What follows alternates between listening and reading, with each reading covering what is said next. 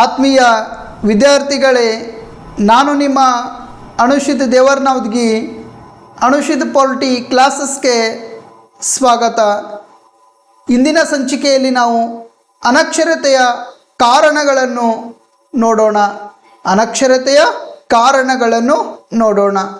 ನಾವು ಹಳೆಯ ಪ್ರಶ್ನೆ ಪತ್ರಿಕೆ ತೆಗೆದುಕೊಂಡು ನೋಡಿದರೆ, ಅಂದರೆ 2015ರಿಂದ ಹಿಡಿದು 2025ರವರೆಗೆ ಪ್ರಶ್ನೆ ಪತ್ರಿಕೆಯನ್ನು ತೆಗೆದುಕೊಂಡು ನೋಡಿದರೆ ಅತಿ ಹೆಚ್ಚು ಎಕ್ಸಾಮ್ನಲ್ಲಿ ಕೇಳಿರ್ತಕ್ಕಂಥ ಅನಕ್ಷರತೆಯ ಕಾರಣಗಳನ್ನು ವಿವರಿಸಿ ಅಂತ ಅವಾಗವಾಗ 5 ಅಂಕಕ್ಕೆ ಕೇಳುವಂಥ ಪ್ರಶ್ನೆ.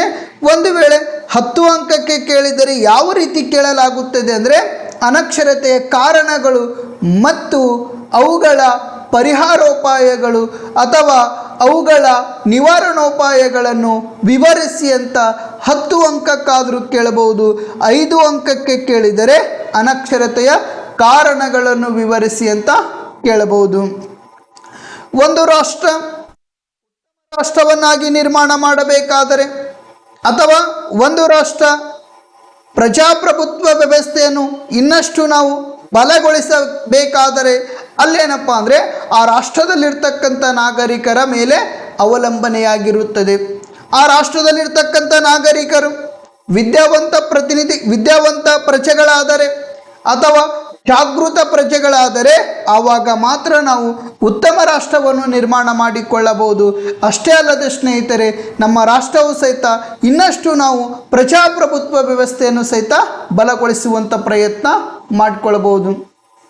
ಭಾರತ ರಾಷ್ಟ್ರ ವಿಶ್ವದೊಳಗ ಅತ್ಯಂತ ಬೃಹತ್ ಪ್ರಜಾಸತ್ತಾತ್ಮಕ ರಾಷ್ಟ್ರ.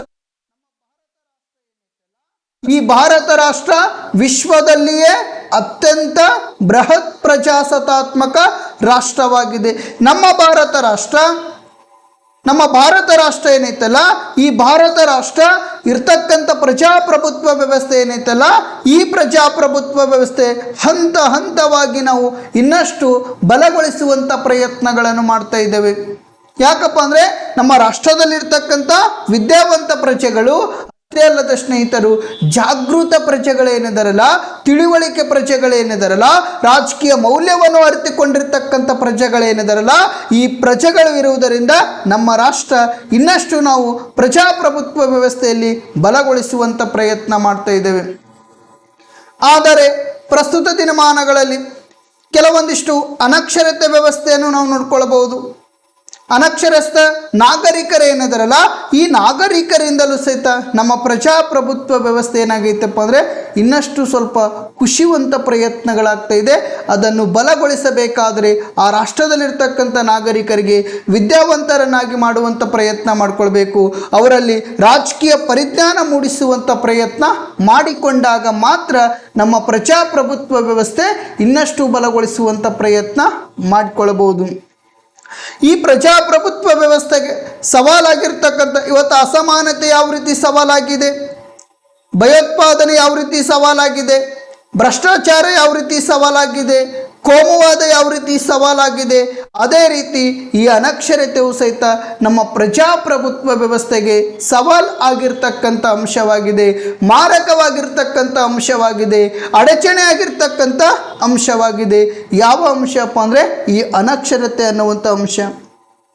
ಹಾಗಾದರೆ ಅನಕ್ಷರಸ್ಥರೆಂದರೆ ಯಾರು ನೋಡುವುದಾದರೆ, ಓದಲು ಮತ್ತು ಬರೆಯಲು ಬಾರದಿರುವಂಥ ವ್ಯಕ್ತಿಗಳೇನಿದಾರಲ್ಲ, ಅಂತಹ ವ್ಯಕ್ತಿಗಳಿಗೆ ನಾವು ಅನಕ್ಷರಸ್ಥರು ಎಂದು ಕರೆಯಲಾಗುವುದು. ಓದಲು ಮತ್ತು ಬರೆಯಲು ಬಾರದಿರುವಂಥ ವ್ಯಕ್ತಿಗಳೇನಿದಾರಲ್ಲ, ಆ ವ್ಯಕ್ತಿಗಳಿಗೆ ನಾವು ಅನಕ್ಷರಸ್ಥ ವ್ಯಕ್ತಿ ಎಂದು ಕರೆಯಲಾಗುವುದು. ನಮ್ಮ ರಾಷ್ಟ್ರದ ಆರ್ಥಿಕ ತಜ್ಞರಾಗಿರ್ತಕ್ಕಂಥ ಅಮರ್ತ್ಯ ಸೇನ್, ಅಮರ್ತ್ಯ ಸೇನ್ರವರೇನಿದಾರಲ್ಲ, ಇವರು ತಮ್ಮದೇ ಆಗಿರ್ತಕ್ಕಂಥ ವ್ಯಾಖ್ಯವನ್ನು ಪ್ರಸ್ತುತಪಡಿಸಿದ್ದಾರೆ. ಈ ಅಮರ್ತ್ಯ ಸೇನ್ರವರು ಆರ್ಥಿಕ ಚಿಂತಕರು, ಆರ್ಥಿಕ ತಜ್ಞರು. ನಮ್ಮ ಅರ್ಥವ್ಯವಸ್ಥೆ ಅಂದ್ರೇನು, ಈ ಅರ್ಥಶಾಸ್ತ್ರ ವ್ಯವಸ್ಥೆಯಲ್ಲಿ ನೊಬೆಲ್ ಪ್ರಶಸ್ತಿಯನ್ನು ಪಡೆದುಕೊಂಡು ಇವರು ತಮ್ಮದೇ ಆಗಿರ್ತಕ್ಕಂಥ ವ್ಯಾಖ್ಯೆಯನ್ನು ಪ್ರಸ್ತುತಪಡಿಸಿದ್ದಾರೆ. ಅನಕ್ಷರತೆಯನ್ನು ಒಂದು ಅಸ್ವಾತಂತ್ರ್ಯ ಎಂದು ಹೇಳಿದ್ದಾರೆ. ಅನಕ್ಷರತೆ ಏನೈತಲ್ಲ, ಈ ಅನಕ್ಷರತೆ ಒಂದು ಅಸ್ವಾತಂತ್ರ್ಯ. ಯಾವುದೇ ರೀತಿ ಅಂದ್ರೆ ಯಾವ ವ್ಯಕ್ತಿ ಅಕ್ಷರದ ಪರಿಜ್ಞಾನ ಇರುವುದಿಲ್ಲವೋ, ಯಾವ ವ್ಯಕ್ತಿಗೆ ಓದಲು ಬರೆಯಲು ಬರುವುದಿಲ್ಲವೋ ಅಂಥ ವ್ಯಕ್ತಿಗೆ ಏನಪ್ಪ ಅಂದ್ರೆ ಅವ ಜೀವನದಲ್ಲಿ ಯಾವುದೇ ರೀತಿ ಸ್ವಾತಂತ್ರ್ಯದಿಂದ ಜೀವನವನ್ನು ನಡೆಸುವುದಕ್ಕೆ ಸಾಧ್ಯವಾಗುವುದಿಲ್ಲ. ಒಬ್ಬರ ಅಧೀನಕ್ಕೆ ಒಳಪಟ್ಟು, ಒಬ್ಬರ ನಿಯಂತ್ರಣಕ್ಕೆ ಒಳಪಟ್ಟು ಜೀವನವನ್ನು ನಡೆಸಬೇಕಾಗ್ತೈತಿ. ಯಾವ ವ್ಯಕ್ತಿ ಓದುವಂಥ ಶಕ್ತಿ ಹೊಂದಿದ್ದಾನೋ, ಯಾವ ವ್ಯಕ್ತಿ ಬರೆಯುವಂಥ ಶಕ್ತಿ ಹೊಂದಿದ್ದಾನೋ ಆ ವ್ಯಕ್ತಿ ರಾಷ್ಟ್ರದೊಳಗ ಸ್ವತಂತ್ರವಾದಂಥ ಜೀವನವನ್ನು ನಡೆಸ್ತಾನಂತ ಯಾರು ಹೇಳ್ತಾರಪ್ಪ ಅಂದ್ರೆ ಅಮರ್ತ್ಯ ಸೇನ್. ಅನಕ್ಷರತೆ ಒಂದು ಅಸ್ವಾತಂತ್ರ್ಯವಾಗಿದೆ, ಅನಕ್ಷರತೆ ಒಂದು ಅಸ್ವಾತಂತ್ರ್ಯವಾಗಿದೆ ಎಂದು ಹೇಳಿದಂಥ ವ್ಯಕ್ತಿ ಯಾರಪ್ಪ ಅಂದ್ರೆ ಅಮರ್ತ್ಯ ಸೇನ್ ಅನ್ನುವಂಥ ವ್ಯಕ್ತಿ. ಆತ್ಮೀಯ ವಿದ್ಯಾರ್ಥಿಗಳೇ, ಅತಿ ಹೆಚ್ಚು ಬಾರಿ ಒಂದು ಅಂಕಕ್ಕೆ ಕೇಳಿರ್ತಕ್ಕಂಥ ಪ್ರಶ್ನೆ, ಅನಕ್ಷರತೆಯು ಒಂದು ಅಸ್ವಾತಂತ್ರ್ಯ ಎಂದು ಯಾರು ಪ್ರಸ್ತುತಪಡಿಸಿದ್ದಾರೆ ಅಂತ ಹೇಳಿದರೆ ಅಮರ್ತ್ಯ ಸೇನ್ ಅನ್ನುವಂಥ ವ್ಯಕ್ತಿ. ಯಾವ ಸೇನ? ಅಮರ್ತ್ಯ ಸೇನ್ ಅನ್ನುವಂಥ ವ್ಯಕ್ತಿ. 2001 ಜನಗಣತಿಯ ವರದಿಯ ಪ್ರಕಾರ ನಾವು ನೋಡುವುದಾದರೆ 2001 10 ವರ್ಷಗಳಿಗೊಮ್ಮೆ ನಾವು ಏನು ಜನಗಣತಿ ಮಾಡ್ಕೊಳ್ತೇವಲ್ಲ, ಈ 2001 ಜನಗಣತಿಯ ವರದಿ ಪ್ರಕಾರ ನಾವು ನೋಡುವುದಾದರೆ ಯಾವುದೇ ಭಾಷೆಯಲ್ಲಿ ಒಬ್ಬ ವ್ಯಕ್ತಿ ಓದುವ ಮತ್ತು ಅರ್ಥ ಮಾಡಿಕೊಂಡು ಬರೆಯುವ ಸಾಮರ್ಥ್ಯ ಹೊಂದಿದ್ದರೆ ಅವರನ್ನು ಸುಶಿಕ್ಷಿತ ವ್ಯಕ್ತಿ ಎನ್ನಬಹುದು. ಯಾವುದೇ ಭಾಷೆಯಲ್ಲಿ ನಮ್ಮ ಭಾರತ ರಾಷ್ಟ್ರದಲ್ಲಿರ್ತಕ್ಕಂಥ 22 ಅಧಿಕೃತ ಭಾಷೆಗಳೇನಿದಾವಲ್ಲ, ಅಥವಾ ಯಾವುದೇ ಭಾಷೆಯಲ್ಲಿ ಒಬ್ಬ ವ್ಯಕ್ತಿಗೆ ಓದುವ ಮತ್ತು ಅರ್ಥ ಮಾಡಿಕೊಂಡು ಬರೆಯುವ ಸಾಮರ್ಥ್ಯ ಹೊಂದಿದರೆ ಅಂತಹ ವ್ಯಕ್ತಿಯನ್ನು ನಾವು ಏನೆಂದು ಕರೆಯಲಾಗುವುದಪ್ಪ ಅಂದರೆ ಸುಶಿಕ್ಷಿತ ವ್ಯಕ್ತಿ ಎನ್ನಬಹುದು. ಒಂದು ವೇಳೆ ಆ ವ್ಯಕ್ತಿಗೆ ಕೇವಲ ಓದಲು ಮಾತ್ರ ಸಾಮರ್ಥ್ಯವಿದ್ದು ಬರೆಯಲು ಬಾರದಿದ್ದರೆ ಆ ವ್ಯಕ್ತಿಯನ್ನು ಸುಶಿಕ್ಷಿತ ವ್ಯಕ್ತಿ ಎನ್ನುವುದಕ್ಕೆ ಸಾಧ್ಯವಾಗುವುದಿಲ್ಲ ಅಂತ 2001 ಜನಗಣತಿ ಹೇಳಿದೆ. 2001 ಜನಗಣತಿ. ಇವತ್ತು ನಾವು ಒಬ್ಬ ವ್ಯಕ್ತಿಗೆ ಸುಶಿಕ್ಷಿತ ವ್ಯಕ್ತಿಯನ್ನು ಕರಿಬೇಕಪ್ಪ ಅಂದ್ರೆ ಆ ವ್ಯಕ್ತಿಗೆ ಏನಪ್ಪ ಅಂದ್ರೆ ಓದುವ ಸಾಮರ್ಥ್ಯನೂ ಇರಬೇಕು. ಅಷ್ಟೇ ಅಲ್ಲದೆ ಸ್ನೇಹಿತರೆ, ಅದನ್ನು ಅರ್ಥ ಮಾಡಿಕೊಂಡು ಬರೆಯುವ ಸಾಮರ್ಥ್ಯವನ್ನು ಹೊಂದಿದ್ದಾಗ ಮಾತ್ರ ಆ ವ್ಯಕ್ತಿಯನ್ನು ಸುಶಿಕ್ಷಿತ ವ್ಯಕ್ತಿ ಎನ್ನಬಹುದು. ಒಂದು ವೇಳೆ ಆ ವ್ಯಕ್ತಿಗೆ ಓದಾಕ್ ಬರ್ತೈತಿ, ಬರೆಯುವುದಕ್ಕೆ ಬರಲಿಲ್ಲಪ್ಪ ಅಂದ್ರೆ ಆ ವ್ಯಕ್ತಿಯನ್ನು ಸುಶಿಕ್ಷಿತ ವ್ಯಕ್ತಿ ಎಂದು ಕರೆಯುವುದಕ್ಕೆ ಸಾಧ್ಯವಾಗುವುದಿಲ್ಲ ಅಂತ 2001 ಜನಗಣತಿ ತನ್ನ ವರದಿಯಲ್ಲಿ ಪ್ರಸ್ತುತಪಡಿಸುತ್ತದೆ. ಅನಕ್ಷರತೆಗೆ ಕಾರಣಗಳಲ್ಲಿ ಮೊದಲನೇ ಕಾರಣ ಯಾವುದಂದರೆ ಜನಸಂಖ್ಯಾ ಸ್ಫೋಟ. ಯಾವ ಸ್ಫೋಟ? ಜನಸಂಖ್ಯಾ ಸ್ಫೋಟ. ಅನಕ್ಷರತೆಯ ಕಾರಣಗಳಲ್ಲಿ ಮೊದಲನೇ ಕಾರಣ ಯಾವುದಂದರೆ ಜನಸಂಖ್ಯಾ ಸ್ಫೋಟ. ವಿಶ್ವದಲ್ಲಿಯೇ ಭಾರತ ಅತಿ ಹೆಚ್ಚು ಜನಸಂಖ್ಯೆ ಹೊಂದಿರತಕ್ಕಂಥ ರಾಷ್ಟ್ರವಾಗಿದೆ. ನಮ್ಮ ಭಾರತ ರಾಷ್ಟ್ರ ಏನೈತಲ್ಲ, ಈ ಭಾರತ ರಾಷ್ಟ್ರ ವಿಶ್ವದಲ್ಲಿಯೇ ಅತ್ಯಂತ ದೊಡ್ಡದಾದ ಜನಸಂಖ್ಯೆ ಹೊಂದಿರತಕ್ಕಂಥ ರಾಷ್ಟ್ರವಾಗಿದೆ. ನಾವು 2011 ಜನಗಣತಿಯ ಪ್ರಕಾರವನ್ನು ತೆಗೆದುಕೊಂಡು ನೋಡಿದರೆ ವರ್ಷದ ಜನಗಣತಿಯಪ್ಪ ಅಂದರೆ 2011 ಜನಗಣತಿಯ ವರದಿ ಪ್ರಕಾರವನ್ನು ತೆಗೆದುಕೊಂಡು ನೋಡಿದರೆ ನಮ್ಮ ಭಾರತ ರಾಷ್ಟ್ರ 121 ಕೋಟಿ ಜನಸಂಖ್ಯೆ ಒಳಗೊಂಡಿತ್ತು. 121 ಕೋಟಿ ಜನಸಂಖ್ಯೆ ಒಳಗೊಂಡಿತ್ತು. ನಾವು 2011 ವರದಿ ಪ್ರಕಾರ ನೋಡುವುದಾದರೆ ಭಾರತದ ಜನಸಂಖ್ಯೆ ಎಷ್ಟನೇ ಸ್ಥಾನ ಹೊಂದೈತಿ? 121 ಕೋಟಿ. ಅಂದ್ರೆ ಭಾರತ ಆ ಸಂದರ್ಭದಲ್ಲಿ ಜನಸಂಖ್ಯೆಯಲ್ಲಿ 2ನೇ ಸ್ಥಾನವನ್ನು ಹೊಂದಿದೆ. ನಾವು ಪ್ರಸ್ತುತ ಜನಸಂಖ್ಯೆಯನ್ನು ತೆಗೆದುಕೊಂಡು ನೋಡಿದಾದರೆ ಅಂದ್ರೆ 2025ರಲ್ಲಿ ಕೆಲವೊಂದಿಷ್ಟು ವರದಿಗಳ ಪ್ರಕಾರ ನಾವು ನೋಡುವುದಾದರೆ ಭಾರತದ ಜನಸಂಖ್ಯೆ ಎಷ್ಟಾಗೈತಪ್ಪ ಅಂದ್ರೆ 146 ಕೋಟಿಗೆ ತಲುಪಿದೆ. 2011 ಜನಗಣತಿಯ ಪ್ರಕಾರ ಭಾರತದ ಜನಸಂಖ್ಯೆ ಎಷ್ಟಾಗಿತ್ತು? 121 ಕೋಟಿ ಆಗಿತ್ತು. 2025ರ ಕೆಲವೊಂದಿಷ್ಟು ವರದಿಗಳ ಪ್ರಕಾರ ನಾವು ನೋಡುವುದಾದರೆ ಭಾರತದ ಜನಸಂಖ್ಯೆ ಎಷ್ಟಾಗಿತ್ತಪ್ಪ ಅಂದರೆ 146 ಕೋಟಿ ಹೊಂದಿದೆ. ಈಗ ಪ್ರಸ್ತುತ ಭಾರತ ರಾಷ್ಟ್ರ ವಿಶ್ವದಲ್ಲಿ ಅತ್ಯಂತ ದೊಡ್ಡದಾದ ಜನಸಂಖ್ಯೆ ಹೊಂದಿರತಕ್ಕಂಥ ಪ್ರಪ್ರಥಮ ರಾಷ್ಟ್ರ ಯಾವುದಪ್ಪ ಅಂದರೆ ಭಾರತ ರಾಷ್ಟ್ರ. ನಾವು 2011ರ ಜನಗಣತಿ ಪ್ರಕಾರ ತೆಗೆದುಕೊಂಡು ನೋಡಿದರೆ ಭಾರತ ಜನಸಂಖ್ಯೆಯಲ್ಲಿ ಎಷ್ಟನೇ ಸ್ಥಾನ ಪಡೆದುಕೊಂಡಿತ್ತಂದರೆ 2ನೇ ಸ್ಥಾನ ಪಡೆದುಕೊಂಡಿದೆ. ಈಗ 2000ದ ಕೆಲವೊಂದಿಷ್ಟು ವರದಿಗಳ ಪ್ರಕಾರ ನಾವು ಜನಸಂಖ್ಯೆ ವರದಿಯನ್ನು ನೋಡಿದರೆ ಭಾರತ ರಾಷ್ಟ್ರ ವಿಶ್ವದಲ್ಲಿಯೇ ಅತ್ಯಂತ ದೊಡ್ಡದಾದ ರಾಷ್ಟ್ರವಾಗಿದೆ. ಅಷ್ಟೇ ಅಲ್ಲದೆ ಸ್ನೇಹಿತರೆ, ಭಾರತವು ಜಗತ್ತಿನ ಸಂಖ್ಯೆಯಲ್ಲಿ ಅಂದರೆ ಭಾರತವು ಜಗತ್ತಿನ ಜನಸಂಖ್ಯೆಯಲ್ಲಿ 17.5ರಷ್ಟು ಜನಸಂಖ್ಯೆ ಹೊಂದಿದೆ. ವಿಶ್ವದೊಳಗಿರ್ತಕ್ಕಂಥ ಪ್ರತಿಯೊಂದು ರಾಷ್ಟ್ರದ ಜನಸಂಖ್ಯೆಯನ್ನು ತೆಗೆದುಕೊಂಡು ನೋಡಿದ್ರೆ ವಿಶ್ವದ ಜನಸಂಖ್ಯೆಯ ಪಾಲಿನಲ್ಲಿ ನಮ್ಮ ಭಾರತ ರಾಷ್ಟ್ರದ ಜನಸಂಖ್ಯೆ ಪಾಲು ಎಷ್ಟೈತಪ್ಪ ಅಂದರೆ 17.5ರಷ್ಟು ಜನಸಂಖ್ಯೆ ಹೊಂದಿದೆ. ನಾವು 2011ರ ಜನಗಣತಿಯ ಪ್ರಕಾರ ತೆಗೆದುಕೊಂಡು ನೋಡಿದರೆ ಭಾರತ ಜನಸಂಖ್ಯೆ ಒಳಗೆ ಎಷ್ಟನೇ ಸ್ಥಾನ ಐತಿ? 2ನೇ ಸ್ಥಾನ ಐತಿ. 2011ರ ಜನಗಣತಿಯ ಪ್ರಕಾರ ಭಾರತ ಜನಸಂಖ್ಯೆ ಎಷ್ಟಿತ್ತು? 121 ಕೋಟಿ ಐತಿ. ಭಾರತವು ಜಗತ್ತಿನ ಜನಸಂಖ್ಯೆಯಲ್ಲಿ ಅಂದರೆ ವಿಶ್ವದ ಜನಸಂಖ್ಯೆಯಲ್ಲಿ ಏನಪ್ಪ ಅಂದರೆ ಭಾರತ ಜನಸಂಖ್ಯೆ ಎಷ್ಟೈತೆ ಅಂದ್ರೆ 17.5ರಷ್ಟು ಜನಸಂಖ್ಯೆ ಹೊಂದಿದೆ. ಭಾರತದಲ್ಲಿ ಜನಸಂಖ್ಯೆ ಗಣನೀಯವಾಗಿ ಬೆಳೆಯುತ್ತಿದೆ. ನಾವು ಕರ್ನಾಟಕದ ಜನಸಂಖ್ಯೆಯನ್ನು ತೆಗೆದುಕೊಂಡು ನೋಡಿದ್ರೆ 2011ರ ಜನಗಣತಿಯ ಪ್ರಕಾರ ಕರ್ನಾಟಕದ ಜನಸಂಖ್ಯೆಯನ್ನು ತೆಗೆದುಕೊಂಡು ನೋಡಿದರೆ 6 ಕೋಟಿ ಜನಸಂಖ್ಯೆ ಹೊಂದಿದೆ. 2011ರ ಜನಗಣತಿಯ ಪ್ರಕಾರ ನಮ್ಮ ಕರ್ನಾಟಕದ ಜನಸಂಖ್ಯೆ ಎಷ್ಟೈತಪ್ಪ ಅಂದ್ರೆ 6 ಕೋಟಿ ಹೊಂದಿದೆ.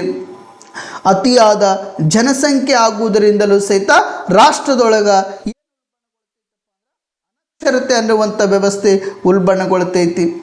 ರಾಷ್ಟ್ರದೊಳಗೆ ಅತಿಯಾದ ಜನಸಂಖ್ಯೆ ಐತಪ್ಪ ಅಂದ್ರೆ ಅಲ್ಲಿ ಏನು ಹೆಚ್ಚಾಗ್ತೈತಪ್ಪ ಅಂದರೆ ಅನಕ್ಷರತೆ ಅನ್ನುವಂಥ ವ್ಯವಸ್ಥೆ ಹೆಚ್ಚಾಗುತ್ತದೆ. ಇನ್ನು ಅನಕ್ಷರತೆಗೆ ಕಾರಣಗಳಲ್ಲಿ ಮೊದಲನೇ ಕಾರಣ ಯಾವುದಪ್ಪ ಅಂದರೆ ಬಡತನ. ಮೊದಲನೇ ಕಾರಣ ಜನಸಂಖ್ಯೆ ಹೆಚ್ಚಳ, 2ನೇ ಕಾರಣ ಬಡತನ. ಭಾರತದಲ್ಲಿ ಜನಸಂಖ್ಯೆ ಪ್ರಮಾಣ ಹೆಚ್ಚಳವಾಗಿರುವುದರಿಂದ ಬಡತನ ಪ್ರಮಾಣವು ಸಹಿತ ಹೆಚ್ಚಳವಾಗಿದೆ. ಭಾರತ ರಾಷ್ಟ್ರ ಹಂತ ಹಂತವಾಗಿ ತನ್ನ ಜನಸಂಖ್ಯೆ ಪ್ರಮಾಣ ಹೆಚ್ಚಳವಾಗ್ತಾ ಇದೆ. ಅಷ್ಟೇ ಅಲ್ಲದೆ ಸ್ನೇಹಿತರೆ, ಯಾವ ರೀತಿ ಜನಸಂಖ್ಯೆ ಹೆಚ್ಚಾಗ್ತೈತಲ್ಲ ಅಷ್ಟೇ ಬಡತನವೂ ಸಹಿತ ಹೆಚ್ಚಾಗ್ತಾ ಇದೆ. ಬಡತನದಿಂದ ಬಳಲುವಂಥ ಮಕ್ಕಳು ಅಪೌಷ್ಟಿಕತೆ ಆಹಾರದಿಂದ ಬಳಲುತ್ತಿದ್ದಾರೆ. ಅಷ್ಟೇ ಅಲ್ಲದೆ ಸ್ನೇಹಿತರೆ, ರಕ್ತಹೀನತೆಯಿಂದಲೂ ಸಹಿತ ಬಳಲುತ್ತಿದ್ದಾರೆ. ಇವತ್ತು ಬಡತನದಲ್ಲಿರ್ತಕ್ಕಂಥ ಕೆಲವೊಂದಿಷ್ಟು ಮಕ್ಕಳು, ಬಡತನದಿಂದ ಬಳಲುವಂಥ ಮಕ್ಕಳು ತನ್ನ ಹೊಟ್ಟೆಗಾಗಿ ದುಡಿಯುವಂಥ ಪರಿಸ್ಥಿತಿಗಳನ್ನು ನೋಡ್ಕೊಳ್ಬೋದು. ನಾವು ತನ್ನ ಹೊಟ್ಟೆಗಾಗಿ ಜೀವನವನ್ನು ನಡೆಸಿಕೊಳ್ಳುವಂಥ ಪರಿಸ್ಥಿತಿ ನೋಡ್ಕೊಳ್ಬೋದು. ಏನು ಬಟ್ಟೆಗಾಗಿ ಅಂತ ನಾವು ಕರಿತೇವಲ್ಲ, ಮತ್ತು ಹೊಟ್ಟೆಗಾಗಿ ಜೀವನ ಮಾಡುವಂಥ ಪರಿಸ್ಥಿತಿ ನಮ್ಮ ರಾಷ್ಟ್ರದಲ್ಲಿ ನಾವು ಕಂಡುಕೊಳ್ಬೋದು. ಇವತ್ತು ಎಷ್ಟೋ ಮಕ್ಕಳಿಗೆ 3 ಹೊತ್ತಿನ ಊಟ ಸಿಗಲಾರದೆ ಅಪೌಷ್ಟಿಕತೆಯ ಆಹಾರದಿಂದ ಎಷ್ಟೋ ಮಕ್ಕಳು ತಮ್ಮ ಪ್ರಾಣವನ್ನು ಕಳೆದುಕೊಂಡಿದ್ದಾರೆ. ಇವತ್ತು ಬಡತನದಿಂದ ಮತ್ತು ಕಡಿಮೆ ಆದಾಯ ಇರುವಂಥ ಪೋಷಕರು ತಮ್ಮ ಮಕ್ಕಳಿಗೆ ಉತ್ತಮವಾಗಿರ್ತಕ್ಕಂಥ ವಿದ್ಯಾಭ್ಯಾಸ ಕೊಡುವುದಕ್ಕೆ ಸಾಧ್ಯವಾಗ್ತಿಲ್ಲ. ಬಡತನದಿಂದ ಬಳಲುವಂಥ ಪೋಷಕರೇನಿದಾರಲ್ಲ ಮತ್ತು ಕಡಿಮೆ ಆದಾಯ ಇರ್ತಕ್ಕಂಥ ಪೋಷಕರೇನಿದಾರಲ್ಲ, ಆ ಪೋಷಕರು ತಮ್ಮ ಮಕ್ಕಳಿಗೆ ಬೇಕಾಗಿರ್ತಕ್ಕಂಥ ಮೂಲಭೂತ ಸೌಕರ್ಯಗಳು, ತಮ್ಮ ಮಕ್ಕಳಿಗೆ ಬೇಕಾಗಿರ್ತಕ್ಕಂಥ ಕೆಲವೊಂದಿಷ್ಟು ವಸ್ತುಗಳಾಗಿರಬಹುದು ಅಥವಾ ಊಟ ಆಗಿರಬಹುದು, ಯಾವುದನ್ನು ಸಹಿತ ಒದಗಿಸಿಕೊಡುವುದಕ್ಕೆ ಸಾಧ್ಯವಾಗ್ತಾ ಇಲ್ಲ. ಕೆಲವೊಂದಿಷ್ಟು ಮಕ್ಕಳೇನಪ್ಪ ಅಂದ್ರೆ ಇವತ್ತು ಸರ್ಕಾರಿ ಶಾಲೆಗೆ ಯಾಕೆ ಹೋಗ್ತಾರಪ್ಪ ಅಂದ್ರೆ ಅಲ್ಲಿ ಕೊಡ್ತಿರ್ತಕ್ಕಂಥ ಪೌಷ್ಟಿಕತೆಯ ಆಹಾರ ಸಲುವಾಗಿ ಸಹಿತ ಶಾಲೆಗೆ ಹೋಗುವಂಥ ಪರಿಸ್ಥಿತಿ ನಮ್ಮ ರಾಜ್ಯದೊಳಗೂ ಐತಿ, ನಮ್ಮ ರಾಷ್ಟ್ರದೊಳಗೂ ಐತಿ. ನಮ್ಮ ರಾಜ್ಯದೊಳಗೂ ಐತಿ, ನಮ್ಮ ರಾಷ್ಟ್ರದೊಳಗೂ ಐತಿ. ಇವತ್ತು ಎಷ್ಟೋ ಮಕ್ಕಳು ಬೇಸಿಗೆ ಸಂದರ್ಭದಲ್ಲಿ ಶಾಲೆ ರಜೆ ಕೊಟ್ಟಂಥ ಸಂದರ್ಭದಲ್ಲಿ ರಾಜ್ಯದ ಮುಖ್ಯಮಂತ್ರಿಯವರಿಗೆ ಪತ್ರ ಬರೆದಿದ್ದು ನಾವು ನೋಡ್ಕೊಳ್ಬೋದು. ನಮ್ಮ ಬಡತನದಿಂದ ಬಳಲುವಂಥ ಮಕ್ಕಳೇನದವಲ್ಲ, ನೀವು ಶಾಲೆ ರಜೆ ಕೊಡ್ರಿ, ಆದ್ರೆ ನಮಗೆ ಒಂದು ಹೊತ್ತಿನ ಊಟವನ್ನು ಕೊಡುವಂಥ ರಾಜ್ಯದ ಮುಖ್ಯಮಂತ್ರಿಗಳಿಗೆ ಪತ್ರ ಬರೆದಿರ್ತಕ್ಕಂಥ ಉದಾಹರಣೆ ನಮ್ಮ ಕರ್ನಾಟಕ ರಾಜ್ಯದಲ್ಲಿ ನಾವು ಕಂಡುಕೊಳ್ಬೋದು. ಈ ಬಡತನದಿಂದ ಬಳಲುವಂಥ ಪೋಷಕರೇನದರಲ್ಲ, ತಮ್ಮ ಮಕ್ಕಳಿಗೆ ಉತ್ತಮವಾಗಿರ್ತಕ್ಕಂಥ ವಿದ್ಯಾಭ್ಯಾಸವನ್ನು ಕೊಡುವುದಕ್ಕೆ ಸಾಧ್ಯವಾಗ್ತಾ ಇಲ್ಲ. ತಾವು ಮಾಡುವಂಥ ಕೆಲಸಕ್ಕೆ ಆ ಮಕ್ಕಳನ್ನು ಕರೆದುಕೊಂಡು ಹೋಗುವಂಥ ಪರಿಸ್ಥಿತಿಗಳನ್ನು ನೋಡ್ಕೊಳ್ಬೋದು. ಇವತ್ತು ಎಷ್ಟೋ ತಂದೆ ತಾಯಿಗಳೇನಪ್ಪ ಅಂದ್ರೆ ಒಂದು ರಾಜ್ಯದಿಂದ ಮತ್ತೊಂದು ರಾಜ್ಯಕ್ಕೆ ದುಡಿಯುವಂಥ ಪರಿಸ್ಥಿತಿ ನೋಡ್ಕೊಳ್ಬೋದು. ಒಂದು ರಾಜ್ಯದಿಂದ ಏನಪ್ಪ ಅಂದ್ರೆ ಮತ್ತೊಂದು ರಾಜ್ಯಕ್ಕೆ ದುಡಿಯುವಂಥ ಹೋದಂಥ ಸಂದರ್ಭದಲ್ಲಿ ಆ ಮಕ್ಕಳಿಗೆ ಶಾಲೆಯನ್ನು ಬಿಡಿಸಿ ಅವರಲ್ಲಿ ಅಂದ್ರೆ ಅವರು ಏನು ಕೆಲಸ ಮಾಡ್ತಾರಲ್ಲ ಆ ಪ್ರದೇಶಕ್ಕೆ ಕರೆದುಕೊಂಡು ಹೋಗುವಂಥ ಪರಿಸ್ಥಿತಿ ನೋಡ್ಕೊಳ್ಬೋದು. ಈ ಅತಿಯಾದ ಬಡತನ ಏನೈತಲ್ಲ, ಈ ಅತಿಯಾದ ಬಡತನದಿಂದಲೂ ಸಹಿತ ನಮ್ಮ ರಾಷ್ಟ್ರದೊಳಗೆ ಏನು ಹೆಚ್ಚಾಗ್ತಾ ಇದೆಪ್ಪ ಅಂದರೆ ಅನಕ್ಷರತೆ ಅನ್ನುವಂಥ ವ್ಯವಸ್ಥೆ. ಕೆಲವೊಂದಿಷ್ಟು ಸಮಾಜದಲ್ಲಿ, ಕೆಲವೊಂದಿಷ್ಟು ಕುಟುಂಬಗಳಲ್ಲಿ, ಕೆಲವೊಂದಿಷ್ಟು ಮನೆತನದಲ್ಲಿ ನಾವು ನೋಡುವುದಾದರೆ ಕೆಲವೊಂದಿಷ್ಟು ಮಕ್ಕಳೇನಪ್ಪ ಅಂದ್ರೆ ತನ್ನ ಹೊಟ್ಟೆಗಾಗಿ ಮತ್ತು ಬಟ್ಟೆಗಾಗಿ ಜೀವನವನ್ನು ನಡೆಸ್ತಾರೆ. ಆದರೆ ಯಾವುದೇ ರೀತಿ ಉತ್ತಮ ಶಿಕ್ಷಣ ಪಡೆದುಕೊಳ್ಳೋಕೆ ಸಾಧ್ಯವಾಗ್ತಾ ಇಲ್ಲ. ಇವತ್ತು 1986ರಲ್ಲಿ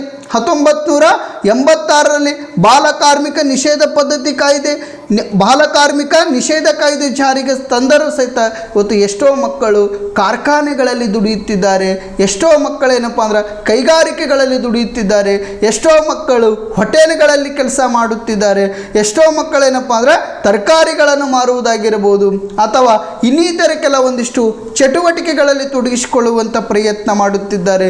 ಯಾತಕ್ಕಾಗಿ ಅವರು ದುಡಿಯುವಂಥ ಪ್ರಯತ್ನಗಳನ್ನು ಮಾಡುತ್ತಿದ್ದಾರಪ್ಪ ಅಂದ್ರೆ ಅವರಲ್ಲಿರ್ತಕ್ಕಂಥ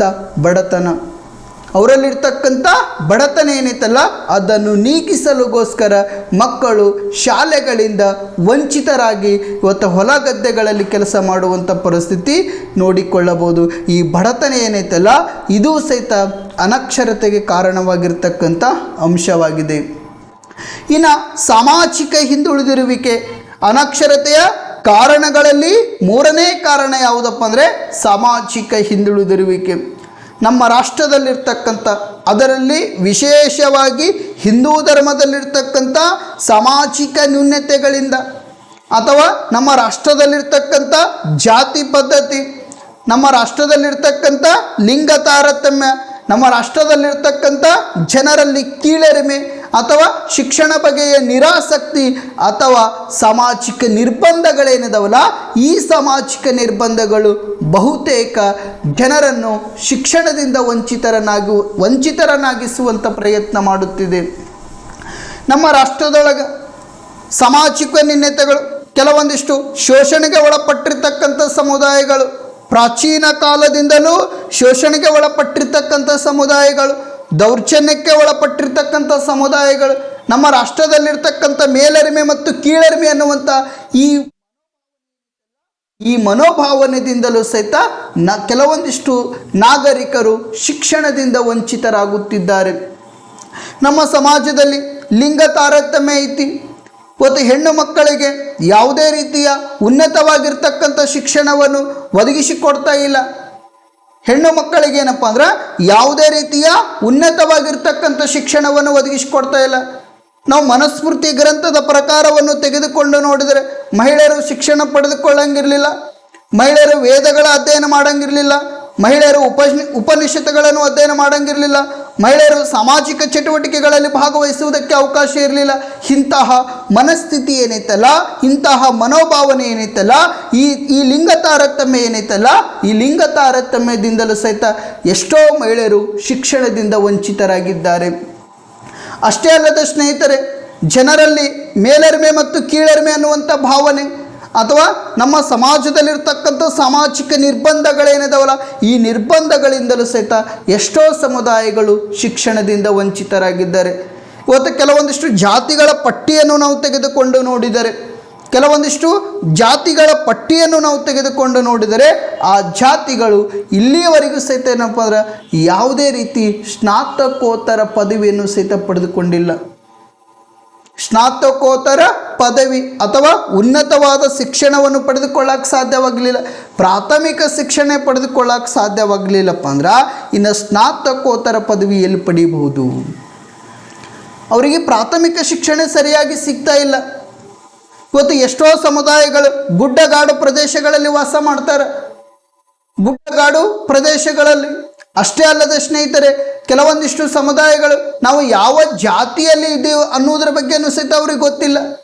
ಅದಕ್ಕಾಗಿ ರಾಜ್ಯದ ಮುಖ್ಯಮಂತ್ರಿಗಳು ಇವತ್ತು ಸಾಮಾಜಿಕ, ಶೈಕ್ಷಣಿಕ, ಆರ್ಥಿಕ ಸಮೀಕ್ಷೆಯನ್ನು ಆರಂಭ ಮಾಡಿದ್ದಾರೆ.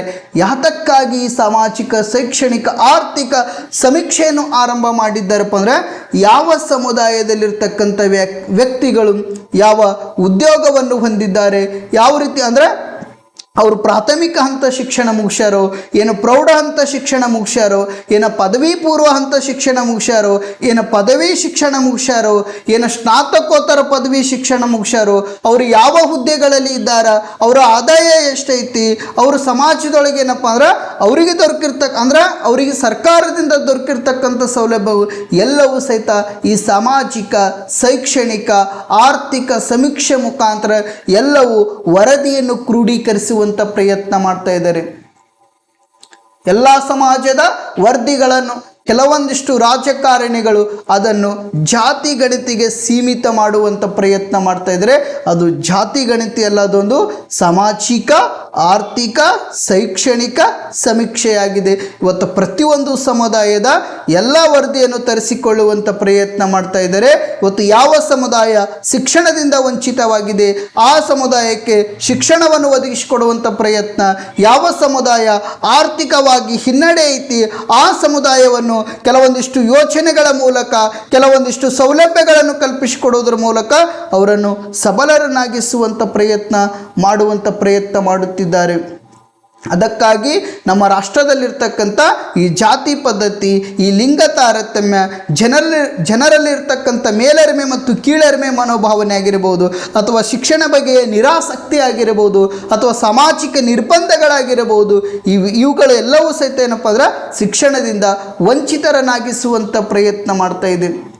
ನಮ್ಮ ಗ್ರಾಮೀಣ ಪ್ರದೇಶದಲ್ಲಿರ್ತಕ್ಕಂಥ ಕೆಲವೊಂದಿಷ್ಟು ಅನಿಷ್ಟ ಪದ್ಧತಿಗಳೇನಿದಾವಲ್ಲ, ಕೆಲವೊಂದಿಷ್ಟು ಅನಿಷ್ಟ ಪದ್ಧತಿಗಳು ಅಥವಾ ಕಂದಾಚಾರಗಳೇನಿದಾವಲ್ಲ, ಅಥವಾ ಗೊಟ್ಟು ಕೆಲವೊಂದಿಷ್ಟು ಬೆದರಿಕೆಗಳೇನಿದಾವಲ್ಲ, ಇವುಗಳು ಸಹಿತ ಪ್ರಾಥಮಿಕ ಶಿಕ್ಷಣದಿಂದ ವಂಚಿತರನ್ನಾಗಿಸುವಂಥ ಪ್ರಯತ್ನ ಮಾಡ್ತಾ ಇದೆ. ಕೆಲವೊಂದಿಷ್ಟು ಗ್ರಾಮೀಣ ಪ್ರದೇಶದಲ್ಲಿರ್ತಕ್ಕಂಥ ಮಹಿಳೆಯರು ಅವರಿಗೆ ಯಾವುದೇ ರೀತಿ ಶಿಕ್ಷಣಕ್ಕೆ ಅವಕಾಶ ಮಾಡಿಕೊಡಂಗಿಲ್ಲ.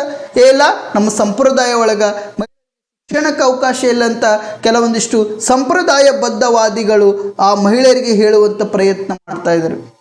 ಇವತ್ತು ಸಾಮಾಜಿಕ ಅಂತರದಿಂದಲೂ ಸಹಿತ ನಮ್ಮ ರಾಷ್ಟ್ರದಲ್ಲಿರ್ತಕ್ಕಂಥ ಗ್ರಾಮೀಣ ಪ್ರದೇಶದ ಮಕ್ಕಳೇ ಏನದವಲ್ಲ, ಆ ಮಕ್ಕಳು ಪ್ರಾಥಮಿಕ ಶಿಕ್ಷಣದಿಂದ ವಂಚಿತರಾಗುವಂಥ ಪ್ರಯತ್ನ ಮಾಡ್ತಾ ಇದ್ದಾರೆ. ಈ ಸಾಮಾಜಿಕ ಹಿಂದುಳಿದಿರುವಿಕೆ ಏನೈತಲ್ಲ, ಇದು ಸಹಿತ ಏನಪ್ಪ ಅಂದ್ರೆ ಅನಕ್ಷರತೆಗೆ ಕಾರಣವಾಗಿರ್ತಕ್ಕಂಥ ಅಂಶವಾಗಿದೆ. ಇನ್ನು 4ನೇ ಅಂಶ ನಾವು ನೋಡುವುದಾದರೆ ಬಾಲಕಾರ್ಮಿಕ ಪದ್ಧತಿ. ಯಾವ ಪದ್ಧತಿ? ಬಾಲಕಾರ್ಮಿಕ ಪದ್ಧತಿ. ಬಡತನ ಮತ್ತು ಕೆಳಮಟ್ಟದ ಸಾಮಾಜಿಕ ಸ್ಥಿತಿಯಿಂದ ಮಕ್ಕಳು ಶಾಲೆ ಬಿಟ್ಟು ಕಾರ್ಖಾನೆಗಳಲ್ಲಿ, ಕೈಗಾರಿಕೆಗಳಲ್ಲಿ, ತೋಟಗಾರಿಕೆಗಳಲ್ಲಿ, ಗದ್ದೆಗಳಲ್ಲಿ ಮತ್ತು ಹೋಟೆಲ್ಗಳಲ್ಲಿ ಬಾಲಕಾರ್ಮಿಕರಾಗಿ ದುಡಿಯುತ್ತಿದ್ದಾರೆ. ಇವತ್ತು ಬಡತನದಿಂದ ಬಳಲುವಂಥ ಮಕ್ಕಳು ಅಥವಾ ಕೆಳಮಟ್ಟದ ಮಕ್ಕಳು, ಶೋಷಣೆಯಿಂದ ಬಳಲುತ್ತಿರುವಂಥ ಮಕ್ಕಳು, ಕೆಳಮಟ್ಟದ ಮಕ್ಕಳು ಅಂದರೆ ಬಹುದಿನಗಳ ಕಾಲದಿಂದಲೂ ಮೇಲ್ವರ್ಗದವರಿಂದ ತುಳಿತಕ್ಕೆ ಒಳಪಟ್ಟಿರ್ತಕ್ಕಂಥ ಮಕ್ಕಳೇನದವಲ್ಲ, ಅಥವಾ ಕೀಳರಿಮೆ ಮನೋಭಾವನೆ ಹೊಂದಿರತಕ್ಕಂಥ ಮಕ್ಕಳೇನದವಲ್ಲ, ಆ ಮಕ್ಕಳು ಶಾಲೆ ಬಿಟ್ಟು ಕಾರ್ಖಾನೆಗಳಲ್ಲಿ ದುಡಿಯುತ್ತಿದ್ದಾರೆ, ಕೈಗಾರಿಕೆಗಳಲ್ಲಿ ದುಡಿಯುತ್ತಿದ್ದಾರೆ, ತೋಟಗಾರಿಕೆಗಳಲ್ಲಿ ದುಡಿಯುತ್ತಿದ್ದಾರೆ, ಗದ್ದೆಗಳಲ್ಲಾಗಿರಬಹುದು ಮತ್ತು ಹೋಟೆಲ್ಗಳಲ್ಲಿ ಬಾಲಕಾರ್ಮಿಕರಾಗಿ ದುಡಿಯುತ್ತಿದ್ದಾರೆ. ಇವತ್ತು ರಾಷ್ಟ್ರೀಯ ಅಪರಾಧ ಬ್ಯೂರೋ ವರದಿ ಪ್ರಕಾರ ನಾವು ನೋಡುವುದಾದರೆ 2011ರಲ್ಲಿ ಭಾರತ ರಾಷ್ಟ್ರದೊಳಗೆ 2 ಕೋಟಿ ಮಕ್ಕಳು ಬಾಲಕಾರ್ಮಿಕರಿದ್ದಾರೆ.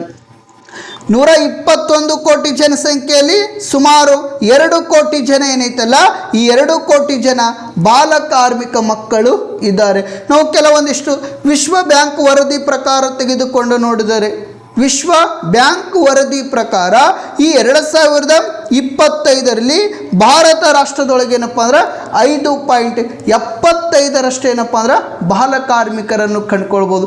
ಶೇಕಡ 5.75 ಏನಪ್ಪ ಅಂದ್ರೆ ಬಾಲ ಕಾರ್ಮಿಕರನ್ನು ಕಂಡುಕೊಳ್ಬೋದು. ನಮ್ಮ ಭಾರತ ಸಂವಿಧಾನದಲ್ಲಿ ಅಂದರೆ 1986ರಲ್ಲಿ ಬಾಲ ಕಾರ್ಮಿಕ ನಿಷೇಧ ಕಾಯ್ದೆ ಜಾರಿಗೆ ತಂದರು. ಭಾರತ ಸಂವಿಧಾನದ 24ನೇ ವಿಧಿಯ ಅನ್ವಯವಾಗಿ ಬಾಲ ಕಾರ್ಮಿಕ ನಿಷೇಧ ಬಗ್ಗೆ ತಿಳಿಸ್ತೈತಿ. ಯಾವ ಕಾರ್ಮಿಕ? ಬಾಲ ಕಾರ್ಮಿಕ ನಿಷೇಧದ ಬಗ್ಗೆ ತಿಳಿಸ್ತೈತಿ. ಯಾವ ವಿಧಿಯಪ್ಪ ಅಂದರೆ ಭಾರತ ಸಂವಿಧಾನದ 24ನೇ ವಿಧಿ.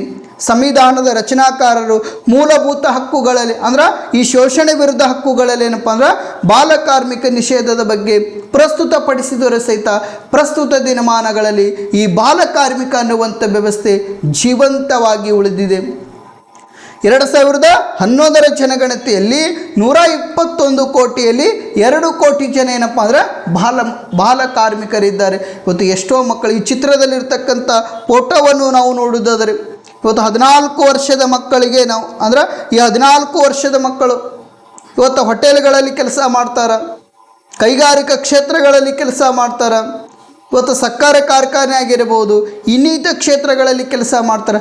ಈ ಮಗು ನೋಡ್ಬೋದು, ಈ ಮಗು ಏನಪ್ಪ ಅಂದರೆ ಇಟ್ಟಂಗಿ ಯಾವ ರೀತಿ ಹೊತ್ಕೊಂಡು ಹೋಗ್ತಾ ಇದೆ. ಯಾಕೆ ಈ ಮಗು ಬಾಲ ಕಾರ್ಮಿಕರಾಗಿ ದುಡಿತಿದ್ದಾರಪ್ಪ ಅಂದರೆ ಅವರಲ್ಲಿರ್ತಕ್ಕಂಥ ಬಡತನವನ್ನು ನೀಗಿಸಲುಗೋಸ್ಕರ, ಅವರಲ್ಲಿರ್ತಕ್ಕಂಥ ಹಸಿವನ್ನು ನೀಗಿಸಲುಗೋಸ್ಕರ ಈ ಮಕ್ಕಳೇನಪ್ಪ ಅಂದ್ರೆ ಬಾಲ ಕಾರ್ಮಿಕರಾಗಿ ದುಡಿಯುತ್ತಿದ್ದಾರೆ. ಬಾಲ ಕಾರ್ಮಿಕರಾಗಿರುವುದರಿಂದ ಅದಕ್ಕಾಗಿ ಈ ಮಕ್ಕಳು ಶಿಕ್ಷಣದಿಂದ ವಂಚಿತರಾಗಿದ್ದಾರೆ. ಅದಕ್ಕಾಗಿ ನಮ್ಮ ರಾಷ್ಟ್ರದಲ್ಲಿ ಏನು ಹೆಚ್ಚಾಗಿದೆಪ್ಪ ಅಂದರೆ ಅನಕ್ಷರತೆ ಅನ್ನುವಂಥ ವ್ಯವಸ್ಥೆ ಹೆಚ್ಚಾಗಿದೆ. ನೆಕ್ಸ್ಟ್ 5ನೇ ಅಂಶ ಯಾವುದಂದರೆ ಕಳಪೆ ಗುಣಮಟ್ಟದ ಮೂಲಭೂತ ಸೌಕರ್ಯಗಳು. ಯಾವ ಗುಣಮಟ್ಟದ ಮೂಲಭೂತ ಸೌಕರ್ಯಗಳು? ಕಳಪೆ ಗುಣಮಟ್ಟದ ಮೂಲಭೂತ ಸೌಕರ್ಯಗಳು. ಬಹುತೇಕ ಶಾಲೆಗಳಲ್ಲಿ ಸ್ನೇಹಿತರೆ ಇವತ್ತು ನಾವು ಶಿಕ್ಷಕರ ಕೊರತೆಗಳನ್ನು ಕಂಡುಕೊಳ್ಬೋದು, ಕಟ್ಟಡಗಳ ಕೊರತೆಯನ್ನು ಕಂಡುಕೊಳ್ಬೋದು, ಕಲಿಕಾ ಸಾಮಗ್ರಿಗಳ ಕೊರತೆಯನ್ನು ಕಂಡುಕೊಳ್ಬೋದು.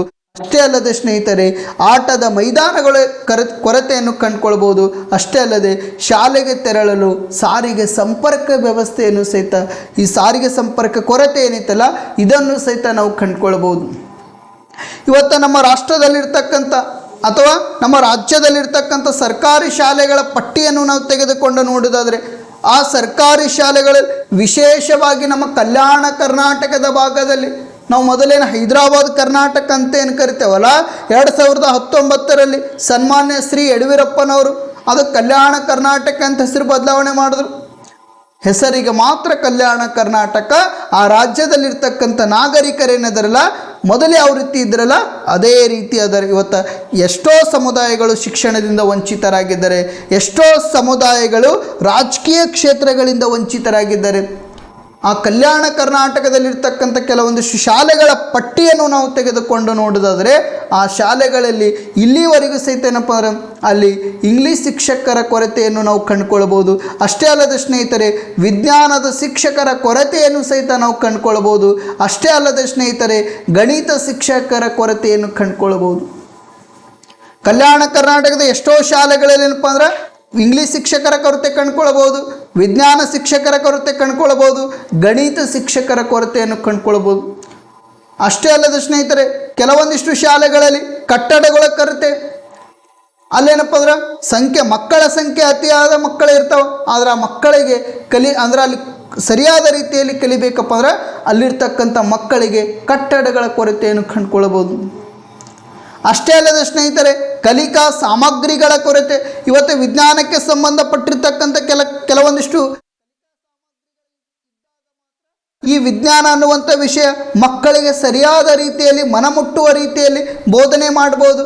ಅಲ್ಲಿ ಕಲಿಕಾ ಸಾಮಗ್ರಿಗಳ ಕೊರತೆ ಇತ್ತಪ್ಪ ಅಂದ್ರೆ ಮಕ್ಕಳಿಗೆ ಸರಿಯಾದ ರೀತಿಯಲ್ಲಿ ಬೋಧನೆ ಮಾಡುವುದಕ್ಕೆ ಸಾಧ್ಯವಾಗುವುದಿಲ್ಲ. ಅಷ್ಟೇ ಅಲ್ಲದೆ ಸ್ನೇಹಿತರೆ ಮಕ್ಕಳಿಗೆ ಆಟದ ಮೈದಾನಗಳ ಕೊರತೆ ಸಹಿತ ಕಂಡುಕೊಳ್ಬೋದು. ಇವತ್ತು ನಮ್ಮ ಜೀವನದಲ್ಲಿ ನಾವು ಸದೃಢವಾಗಿ ಜೀವನವನ್ನು ನಡೆಸಬೇಕಾದ್ರೆ ಅಷ್ಟೇ ಅಲ್ಲದೆ ನಮ್ಮ ದೈಹಿಕ ಸಾಮರ್ಥ್ಯವನ್ನು ಹೆಚ್ಚಿಸಿಕೊಳ್ಬೇಕಪ್ಪ ಅಂದ್ರೆ ಆ ಮಕ್ಕಳಿಗೆ ಆಟದ ಮೈದಾನ ಅತಿ ಅವಶ್ಯಕವಾಗಿದೆ. ಆ ಮಕ್ಕಳಿಗೆ ಏನಪ್ಪ ಅಂದ್ರೆ ಆಟವನ್ನು ಆಡಿಸ್ಬೇಕು. ನಾವು ಯಾವ ರೀತಿ ಆ ಮಕ್ಕಳಿಗೆ ಬೋಧನೆ ಮಾಡ್ತೇವಲ್ಲ ಅಷ್ಟೇ ಏನಪ್ಪ ಅಂದ್ರೆ ಮಕ್ಕಳಿಗೆ ಆಟದಲ್ಲಿ ಸಹಿತ ಹೆಚ್ಚಿನ ಪ್ರಾಶಸ್ತ್ಯಗಳನ್ನು ಕೊಡಬೇಕು. ಇವತ್ತು ಎಷ್ಟೋ ಶಾಲೆಗೆ ತೆರಳಲು ಮಕ್ಕಳಿಗೇನಪ್ಪ ಅಂದ್ರೆ ಯಾವುದೇ ರೀತಿ ಸಾರಿಗೆ ಸಂಪರ್ಕ ಇರಲಿಲ್ಲ. ಸನ್ಮಾನ್ಯ ಶ್ರೀ ಯಡಿಯೂರಪ್ಪನವರೇನಪ್ಪ ಅಂದ್ರೆ ಮಕ್ಕಳಿಗೆ ಸೈಕಲ್ ಭಾಗ್ಯವನ್ನು ಕಲ್ಪಿಸಿಕೊಟ್ಟಿದ್ರು. ಇವತ್ತೇನು ಸರ್ಕಾರದಿಂದ ಸೈಕಲ್ಗಳನ್ನು ಕೊಡ್ತಿದ್ರು, ಆದರೆ ಆ ಪ್ರಸ್ತುತ ಯೋಜನೆಯನ್ನು ಸಹಿತ ನಿಲ್ಲಿಸಿಬಿಟ್ಟಾರೆ. ಮಕ್ಕಳಿಗೇನಪ್ಪ ಅಂದ್ರೆ ಸರಿಯಾದ ರೀತಿಯಲ್ಲಿ ಸಾರಿಗೆ ಸಂಪರ್ಕ ಇರಲಿಲ್ಲಪ್ಪ ಅಂದ್ರೆ ಮಕ್ಕಳು ಶಾಲೆಗೆ ಹೋಗುವುದಕ್ಕೆ ಕಷ್ಟ ಆಗ್ತೈತಿ. ಈ ಎಲ್ಲ ಅಂಶಗಳು ಭಾರತದಲ್ಲಿ ಅನಕ್ಷರತೆ ಪ್ರಮಾಣ ಹೆಚ್ಚಾಗುವುದಕ್ಕೆ ಕಾರಣವಾಗಿದೆ.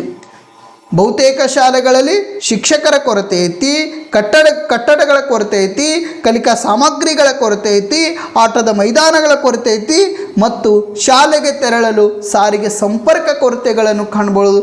ಇನ್ನಿತರೆ ಹಲವಾರು ಅಂಶಗಳೇನಿದಾವಲ್ಲ ಈ ಅಂಶಗಳು ಭಾರತದಲ್ಲಿ ಅನಕ್ಷರತೆ ಪ್ರಮಾಣವನ್ನು ಹೆಚ್ಚಾಗುವುದಕ್ಕೆ ಕಾರಣವಾಗಿದೆ.